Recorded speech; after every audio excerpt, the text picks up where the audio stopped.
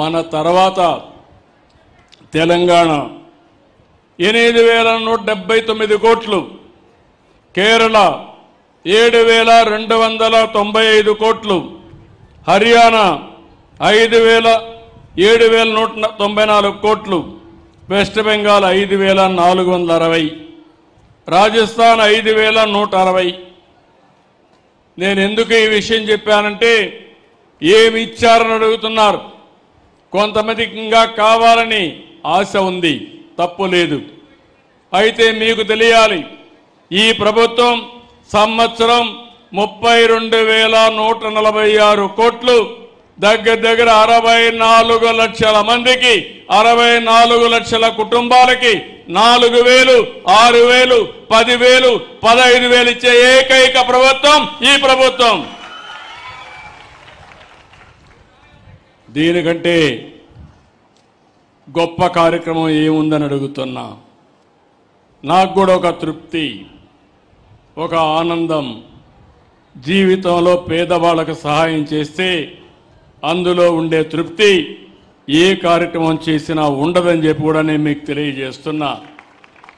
అందుకని మీరు కూడా ఒకటి గుర్తుపెట్టుకోవాలి, ఇలాంటి ప్రభుత్వాన్ని ఎప్పటికప్పుడు మీరు కూడా అభినందించే పరిస్థితి రావాలి. అందుకే ఈరోజు నేను ఇక్కడికి వచ్చినప్పుడు గుర్తొస్తుంది, మొన్ననే కడపలో మహానాడు పెట్టాను.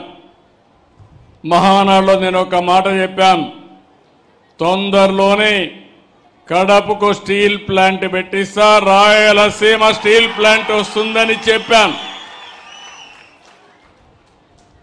అనుకున్న ప్రకారమే స్టీల్ ప్లాంట్ శాంక్షన్ చేశాం, డెవలపర్ని ఐడెంటిఫై చేశాం, జిందాల్ వర్క్ ప్రారంభించాడు. నేను ఒకటే చెప్పాను, దాన్ని కూడా వీలైనంత తొందరలో చేయాలి. అది కూడా మీరు ఒకసారి చూస్తే రాబోయే రోజుల్లో 2028 డిసెంబర్ కంతా ఫేజ్ 1 పూర్తి చేయాలని చాలా స్పష్టంగా ఆదేశాలు ఇచ్చాను. ఈ ప్రాజెక్ట్ వస్తే ఈ యొక్క జమ్మల మడుగు, ఈ టౌన్ కానీ పరిసర ప్రాంతాలు కానీ చాలా అభివృద్ధి అవుతాయి. ఆటో పైలట్లో అభివృద్ధి అవుతుంది. మీరు ఒక్క విషయం గుర్తుపెట్టుకోవాలి, దేన్నైనా చెడగొట్టడం, పడగొట్టడం చాలా సులభం. కుండడ పాలల్లో ఒక విషయం వేస్తే దాంతో అయిపోతుంది.